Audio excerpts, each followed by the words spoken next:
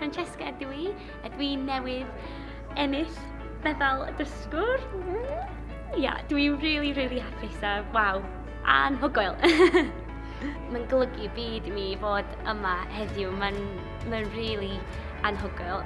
Yn enwedig pan ti'n dod o'r ardal lle ti ddim yn clywed lot o Gymraeg o gwmpas. Mae'n anodd achos, ia, mae'n anodd weithiau, ond ia, mae'n jyst golygu byd i mi i fod yma heddiw a mae wedi cymryd lot o ymarfer, wrth gwrs, ond mae'n werth o achos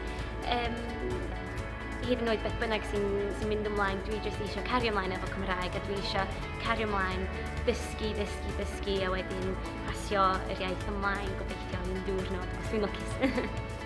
I mi mae'n bwysig i siarad Cymraeg yng Nghymru achos da ni efo diwylliant mor arbennig am fama a da ni'n gorau really wneud effort mawr i wneud siŵr mae'n cario ymlaen a drio perswadio pobl eraill newydd i just drio siarad Cymraeg neu just mynd i'r dosbarth Cymraeg a just gweld beth sy'n mynd ymlaen achos mae di newid fy mywyd sawl ffordd a dwi'n teimlo mor lwcus a dwi eisiau pawb yng Nghymru gael yr un teimlad.